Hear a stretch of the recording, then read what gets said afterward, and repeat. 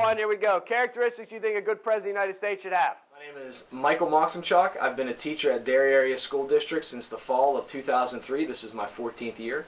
I teach 8th grade American Cultures 1. You're done, put your hand up, I'll stamp them, we'll share. I wanted to do this because I think sometimes with PLN, we get those higher order thinking skills and they obviously come in at the end, but it's a little bit difficult to do them at the beginning to get the kids to work on that. So I chose this as a good segue to show here's how you can use a lot of PLN strategies on the first day of a unit. We have not gone over any of this stuff yet. Today was the first day that I started teaching about George Washington's presidency, and then that'll turn into John Adams and Jefferson and so on and so forth. We do a lot of modern day tie-ins. So the type 3 that you'll see them do is based off of George Washington's farewell address, and then should Donald Trump heed that advice, not the geographical distinctions, but the other two of not having long-term foreign alliances and excessive political party spirit. All right, share out. Share with a person sitting beside you, because I got the key words that I saw in a lot of people's. No, you with Jake over here. Nick, you and Reagan. Serena, up here.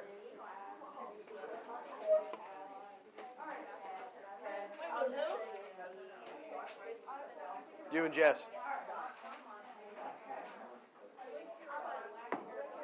Can I go work with them? No. Jump in with them.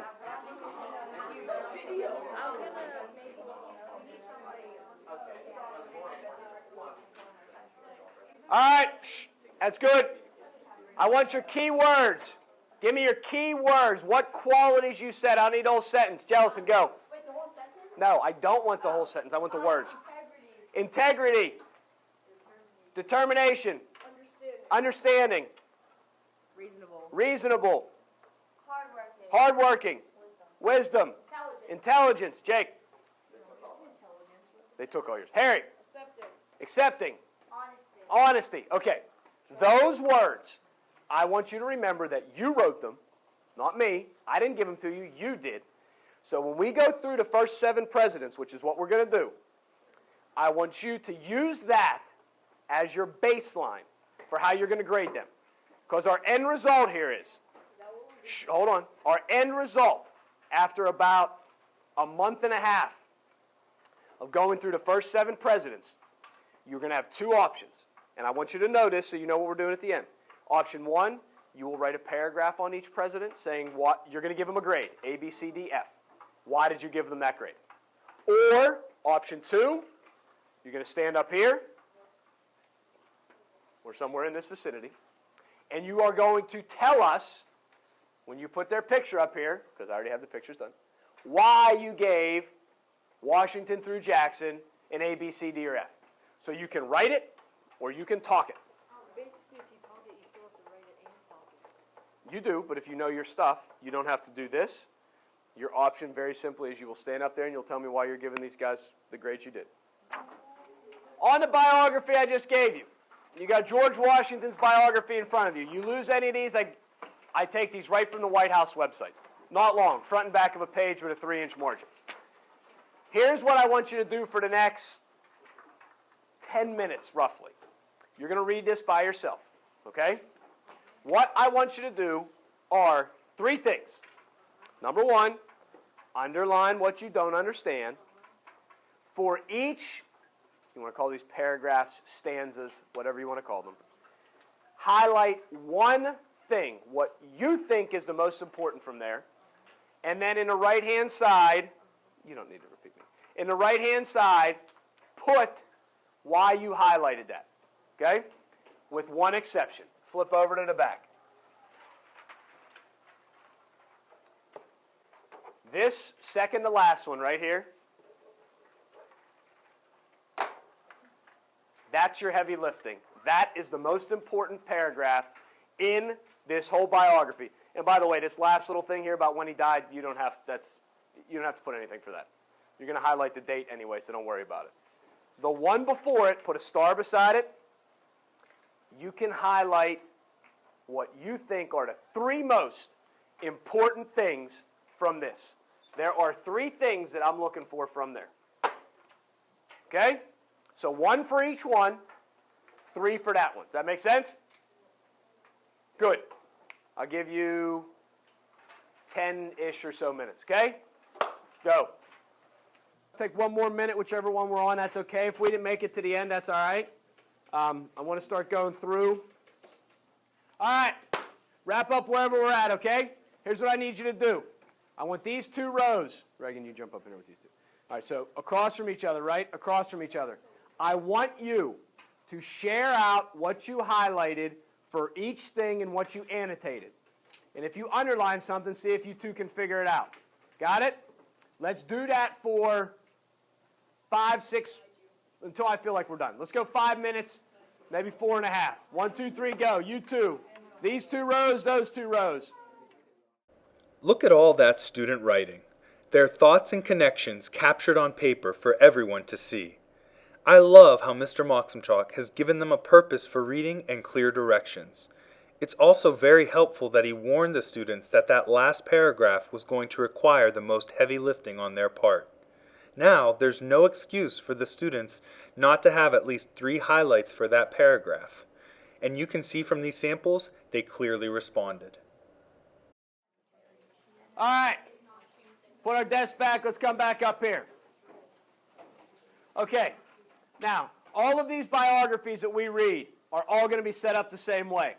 You're going to see that the first little thing is going to start about something in their presidency. Then it's going to go through basic, what we would call biographical information, where they were born, when they were born, And then it's going to end with a legacy. Okay? So, let's go up to, let's start at the beginning. What did you highlight at the beginning? Mr. Cantor. As Mr. Moximchalk wraps up his first day of this new unit, look at every PLN strategy he's already used. We saw a Collins Type 1 Please Do Now, Turn and Talk, Close Reading, and Guided Lecture, all inside the effective model of engagement. As we move to the next day of his unit, his students are well prepared to tackle the Collins Type 3 writing assignment Mr. Moximchalk has planned for them. All right, yesterday, we did a close read of George Washington's bio, right? Right. Good, okay. So, we got that paper out? Outstanding. All right, today, what we're going to do is we're going to do our Type 3. Now, here's our Type 3, Washington's advice to Trump. Ready? We're going to pass these out. We're going to go over, put your name on them when you get them. I'll explain what we're going to do, and then I'll give you time to work on them. So I use Type 3 writings instead of doing objective tests. I've done this now for 5 years. It gets to a higher depth of knowledge. It gives a chance for the students to relate what they've learned and put it in a modern day context in social studies, which I feel is much more important because when they leave our classrooms, they're going to be in the real world. So to give you an example, instead of having the students list what 3 pieces of advice George Washington gave in his farewell address, the Type 3 that we do is, using George Washington's farewell address, how could we give President Trump advice about warning against excessive political party spirit and warning against having long-term alliances with other countries. So students have to understand what George Washington said, then build on that and provide examples of how excessive political party spirit is either good or bad, and how either having long-term alliances is either good or bad. So going to a writing, a Type 3 writing, it has them get to a deeper level of understanding. And when it comes to the FCAs, they know specifically what it is that I'm looking for. All right. In George Washington's farewell address, he gives the country three pieces of advice. Okay? Now, who can give me one of those pieces of advice that we can remember? Xavier. Avoid political parties. Very good. Avoid excessive party spirit. You can't have alliances. Don't be wary of long-term alliances. And Geographical distinctions. geographical distinctions. We're not going to worry about that because the Civil War happened. But what you are going to do on this Type 3 is, if you look at your FCAs down at the bottom, you're going to write 2 paragraphs. Paragraph 1 is going to be real-world examples about excessive party spirit, and you give me detailed ones. So why political parties, having political parties, is not a good thing. Okay? That's going to be paragraph 1. Paragraph 2 is going to be about long-term alliances. So you want detailed examples of alliances that have been bad for the United States of America. That will be paragraph 2. And paragraph 1 will be examples of how being part of political parties has been bad for the United States. Raise your hand if you're good on this. Yeah? Okay. What are our two main political parties today? Democrats and Republicans. Okay. So we want examples of, you're looking for examples of, has there ever been a time when all the Democrats have voted one way and all the Republicans have voted another way? Has there been a time when, in terms of long-term alliances, we've been friends with some country, but it's really worked out not to help us? Has that ever happened before? That's what it is that you're going to write about. Can you handle that? Yes. Okay. Go ahead. Start writing. I'll be around if you need any help. Give me 10 seconds so I can check something in the back. Go ahead. Go. They understand this is specifically what I'm going to be graded for, and even if we don't have the students turn in a rubric or anything, they will write the FCAs on their paper, so they know when I write this and when I'm going to peer revise it, I need to look for, are my examples usually real world? What is going to be the English FCA that I'm looking for here? And am I hitting all of the points? And they appreciate the fact that it doesn't have to be perfect, that they're giving their best work, that they need to revise it. It's not going to be peer revision, it's not a type 4, but they need to go back and reread their own work out loud so they can pick up on any typos that they made or any sentences that they may have messed up. I love the Collins Type 3 writing assignment. No other type of writing will help the students develop as writers more. For this particular one, Mr. Moximchalk has demonstrated how historical content can be connected to our modern world to make the learning more meaningful for the students. He's selected 3 FCAs that he is comfortable with and that are easily understood by his students. Now his students know where to focus their energies, and he doesn't have to lose a weekend or multiple weekends grading stacks of essays. Everyone wins with a Collins Type 3.